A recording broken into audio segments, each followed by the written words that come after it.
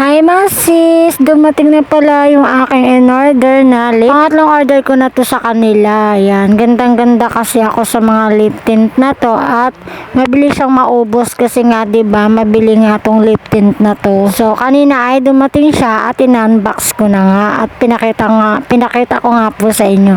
Sorry naman at nabubulol pa rin tayo. Bali ako na pala yung maglalagay nito sa mga bottle nila at ako na rin yung maglalagay ng sticker. Enjoy talaga ako dito kasi nga gustong gusto ko talaga itong ginagawa, yung nahihirapan ba. So ang ganda-ganda ng mga packaging nila. Yan, so maglalagay na ako, mag-example na ako niya, papakita ko sa inyo kung paano siya ginagawa.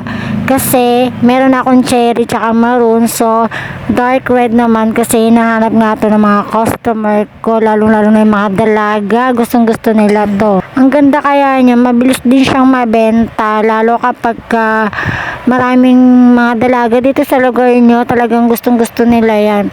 At saka murang-mura ko lang siya binibenta kasi yung iba 'di ba mahal. Sa akin okay na yung tumubo ka ng konti. Ang importante ay meron kang kita, 'di ba? Meron yan nga po. Ay naglagay na nga pala ako ng sticker, yan pinakita ko nga po sa inyo at akin ang ibabalot yan.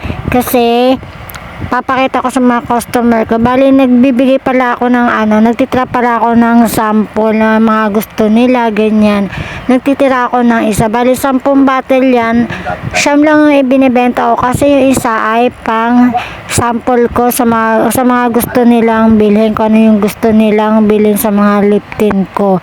Ganun ako magbenta at 40 pesos ko lang binibenta yan. Nabili ko lang siya ng 177. So meron akong 10 bottle. Tapos binibenta ko siya ng 40 pesos do. Although meron na akong tubo do, malaki na yung tubo ko doon, 'di ba? So mga nanay, sa mga gusto nito, mag-order na kayo and please like, share and follow na rin po sa aking mini vlog. Salamat.